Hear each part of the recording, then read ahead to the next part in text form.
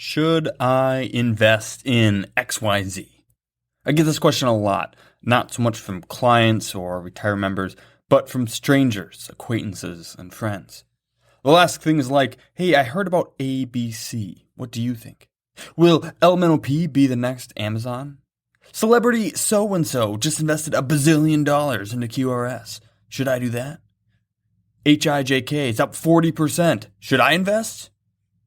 If you're listening to this episode because I or a friend of yours sent it to you directly, you asked me or that friend a question like this. Often the answer is, it's too late. Last week we asked, is it too late to invest? We are asking it again this week. Last week we wondered, is it too late in life for people to invest in equities? Either because they're too close to retirement or too close to the end. This week, we're asking the following. Is it too late to invest in insert investing fad, trend, or opportunity here? Is it too late to invest in this fad? Is it too late to invest in this trend? Is it too late to invest in this opportunity? First, we'll always have your classic speculation. We'll see ads from the Motley Fool like, this company could be the next Amazon. Or we hear from a friend that the new cryptocurrency is the pinnacle of cryptos and will upset the world banking order. It's going to replace all transactions we have. All money will go away because this crypto is the next generation of finance. Investing, quote unquote, huge quotes unquotes on that, is not investing at all. But this is speculation, right? We covered that in a prior episode. Stop. We don't do that. We don't do speculations. These opportunities are opportunities to lose money. They are not tested, they are not tried, and they are not true. Have a solid principle-based investment plan and stick to that instead. But then we have these opportunities that do have a track record, right? We have the ones that haven't done anything yet. They're brand new. They're up and coming. There's no track record yet, and that's why we don't invest. But what about the ones that do? It's just not very long. A stock that's already up tens, if not hundreds of percent. It's up 10, 20, 30, 40, 50, 200, 300. It's up 500%. Should we invest then? Here's the guiding principle for these opportunities that you will come across either in an ad or in the news or because someone tells you about them. By the time you hear about it, it's too late. By the time you hear about the opportunity, it's too late. By the time something has happened enough for it to hit the news, and then by the time you read it, it's too late. That growth has already happened. You are much more likely to be buying at the top than to be buying something that still has farther to go. Do not do it. It's too late. Every time a crypto or a stock fund is up dramatically, I always get asked this question. But it's too late. People never ask if they should buy things when they're low. They never ask if they should buy Bitcoin when it's losing, when it's down, and it's been down for a long time. They only ask after it's gone way up. Hey, I heard Bitcoin's up 400%. Should I buy into it? We have a name for that. It's called euphoria. Right? It's when we get so excited about something that's had extra special growth that we get caught up in the excitement of it and we want to invest. We want in on the opportunity. We want to be part of the in crowd. But that is a precursor to the fourth horseman. Right, if you go to episode 4, we cover the 4 horsemen. And the 4th horseman is panic. Because when you buy in, you are buying something, if you're buying something that's already gone up dramatically in value, you are almost certainly buying at the top before it crashes. You're almost certainly buying at the top before it crashes. And let me just go on a little riff here on the motivations behind why this opportunity may have come up for you in the first place. Most opportunities that I hear about or that people tell me about, they heard about it in the news, right? Or on a news site or in the media or on socials or wherever else, right? Somewhere online they heard about this thing. It might have been from a direct ad. Remember that media's goal is to grab your attention so that they can sell it to advertisers. the sole reason any news outlet, any news website, any media outlet exists is to get your attention and sell it to advertisers, right? Like, I like football, but the NFL exists to grab your attention to sell it to advertisers. That's why they exist. Fox News, CNN, all of these, they exist to get your attention and sell ads. And so the more they can get your attention, the more money they make.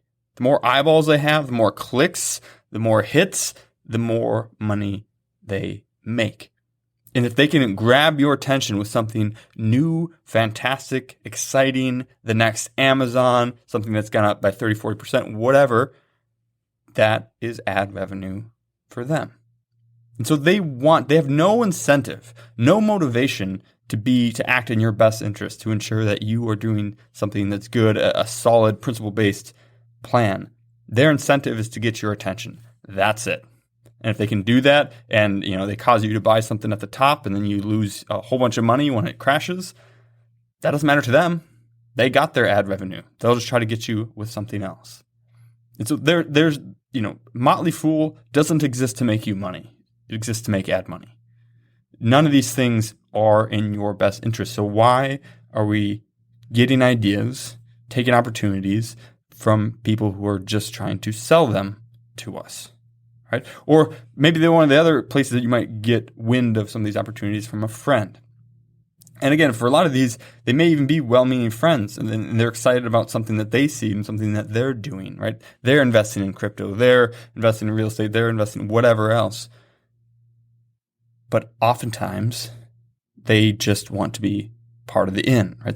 There's a whole psychological concept of wanting to be in the know, knowing information that no one else has or that few else have. And often these people share this, not to genuinely help you, but if they share information you don't know about, some opportunity that you didn't know about, it makes them look or at least feel important because they know something that you didn't. There's nothing malicious about it, usually, but it is a psychological phenomenon that happens. And so oftentimes when you hear about these things from friends or acquaintances, again, they don't know your situation.